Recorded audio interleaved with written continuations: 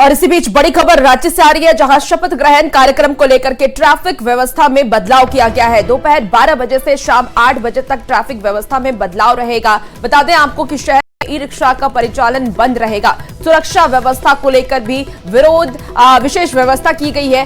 और आपको ये भी जानकारी दे देंगे, 4000 सुरक्षा कर्मियों को प्रतिनियुक्त किया गया। शहर की सुरक्षा के चाक चौबंद इंतजाम कर दिए गए हैं। आज बता दें कि सीएम हेमंत सोरेन मुख्यमंत्री पद की शपथ लेंगे और आज सिर्फ और सिर्फ हेमंत सोरेन ही मुख्यमंत्री पद की शपथ लेंगे। और इसे लेकर के क्योंकि वीवीआईपी अब झारखंड पहुंच रहे हैं, इसीलिए सुरक्षा व्यवस्था के मद्देनजर ट्रैफिक व्यवस्था के भी पुख्ते इंतजाम किए गए हैं।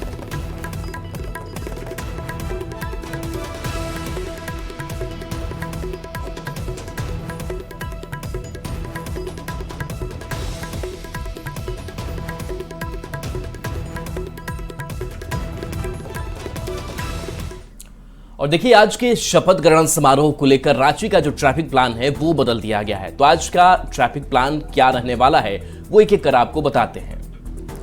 तो देखिए, शपथ ग्रहण कार्यक्रम को लेकर के ट्रैफिक प्लान में बदलाव किया गया है। बड़े वाहनों का सुबह 8 बजे से रात के 10 बजे तक शहर में प्रवेश बंद रहेगा। सुबह 11 बजे से रात्रि 8 बजे तक छोटे मालवाहक का आना जाना बंद रहेगा। तो देखिए, दोपहर 12 बजे से अगर बात करें तो रात्रि 8 बजे तक ई रिक्शा का आना जाना बंद होगा। यानी कि ये तब्दीलियां जो है वो ट्रैफिक को लेकर के की गई है और कांके की तरफ से आने वाले बड़े वाहन बोडिया तक ही आ पाएंगे। और चाईबासा की बात कर ले तो चाईबासा की तरफ से आने वाले बड़े वाहन बिरसा चौक तक आ पाएंगे। गुमला सिमडेगा से आने वाले बड़े वाहन आईटीआई बस स्टैंड तक ही आ सकेंगे। और पलामू से आने वाले वाहन पंडरा कटहल मोड़ तक आ सकेंगे। इसके साथ साथ दूसरे रूट की अगर बात करें तो जमशेदपुर से रांची आने वाले बड़े वाहन दुर्गा सुरेन चौक, नामकुम या कुसाई घाघरा तक आ सकेंगे। और बूटी से बरियातू आने वाले बड़े वाहन बूटी मोड़ तक आ सकेंगे। क्योंकि देखिए, ट्रैफिक व्यवस्था में बदलाव किया गया है, इसलिए अलग अलग जगहों से कौन से वाहन आ सकते हैं और कहां तक आ सकते हैं उसकी पूरी जानकारी हम आप तक पहुंचा रहे हैं। पतरातू से रांची आने वाले वाहन रिंग रोड कांके तक आ सकेंगे। और देखिए, इस कार्यक्रम को लेकर के 10 अस्थायी पार्किंग भी बनाया गया है। तो ये ट्रैफिक व्यवस्था में बदलाव जो है वो आज देखने को मिलेगा इस शपथ ग्रहण समारोह के पूरा होने तक। और देखिए, झारखंड में हेमंत सरकार मजबूती के साथ सत्ता में लौट चुकी है। ऐसे में अब जनता से किए गए वादों को पूरा करने की बारी भी अब आ चुकी है। खर्च के लिहाज से इन वादों को पूरा करना कितना आसान होगा या फिर चुनौती भरा, इस स्पेशल रिपोर्ट में देखिए।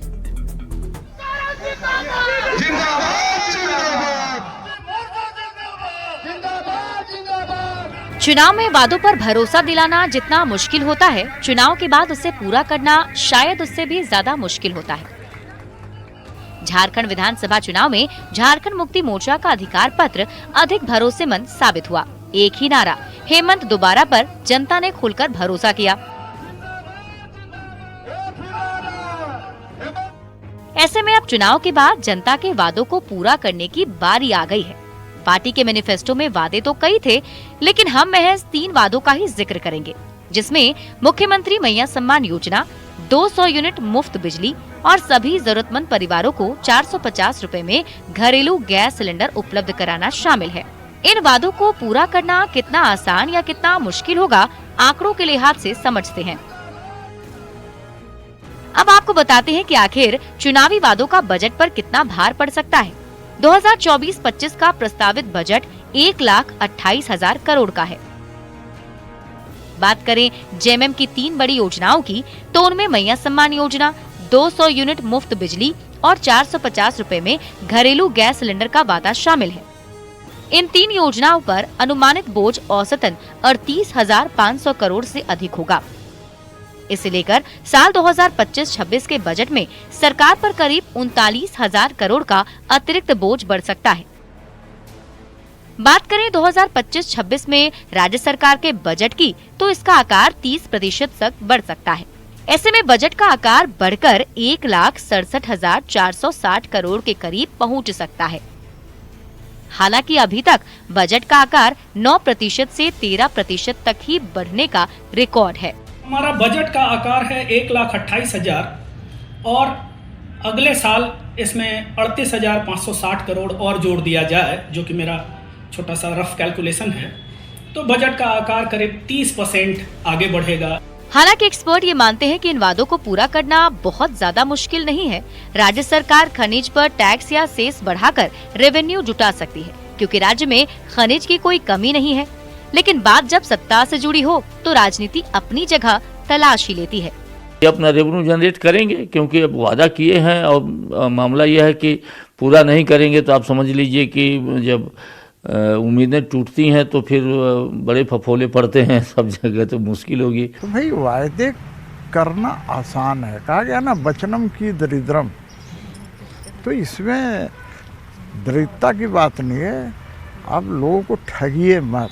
हम झारखंडी जनभावनाओं के अनुरूप चलने वाली सरकार, हम संसाधन जुटा लेंगे, उतना कुव्वत है हम लोगों में, और सभी को जो वादा किया गया है वो वादा पूरा हो। राज्य सरकार ने जनता से जो वादे किए हैं उसे पूरा करना नामुमकिन तो नहीं, लेकिन चुनौतियों से भरा जरूर है, क्योंकि इस बार राज्य सरकार का बजट 50 लाख महिलाओं के घर के बजट से जुड़ गया है।